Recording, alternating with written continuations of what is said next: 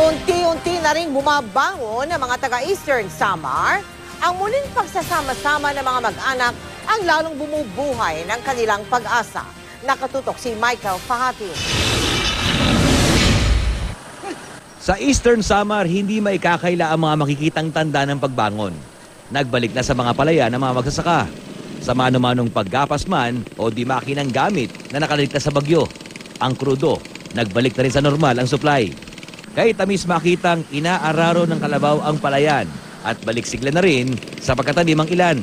Sa isang lugar na kailan lang ay dilubyo ang bumalot sa kapaligiran.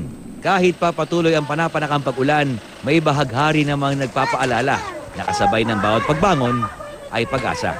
Pag-asa rin sa muling pagkikita ng mga nahiwalay sa isa't isa, ang pagkasamang muli ng mga pamilya. Oh, nakauwi ka na sa wakas? Hindi po. Hindi ba? Saan pa kagaling? Doon babae ko, kaya hindi pa. Dito babae mo, malapit na. Masaya na nakakauwi ka. Siyempre, Saka- makikita ko nanay ko. Makikita mo na. Saan ka galing? Manila pa. Opo. Tapos, uwi ka dito sa May Borongan. Opo, kukunin ko lang nanay ko. Kukunin mo na nanay mo? Yes. Oo. Si Nanay Magdalena Amuyan, hindi sukat maipaliwanag ang saya nang makapiling muli ang anak na si Mary Rose. Masaya ka na, narito na anak mo. Natural. Oo. Masaya na po. Masaya na. Ang kaso kukunin lang pala ako. Ayaw kong umalis ng bahay. Bakit ayaw mo umalis? Kasi, Dito ang bahay talaga. opo. Dito, home sweet home, ika nga. Ay, mga anak ko, huwag kayo mag-alala sa akin. Buhay na buhay ako dito. At nakasmile. Opo. Ipinakita ni Nanay ang unos na sinapit ng kanyang bahay. Pero natangay man ang bakod at nabutas ang bubungan, kumpleto pa rin nakasabit ang litrato ng buong pamilya. Sa loob ng bus, lahat nag-uumapaw na ang pangungulilang makapiling muli ang mga mahal sa buhay.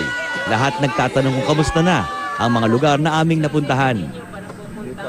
Lahat may kwento ng hirap para lamang malaman kung ano ang kalagayan ng mga naiwan sa Samar.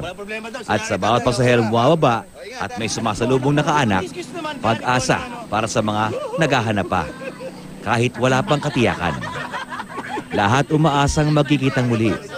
Magsisimulang muli kahit pa wala nang natira. Michael Fahatin, Nakatutok, 24 Oras.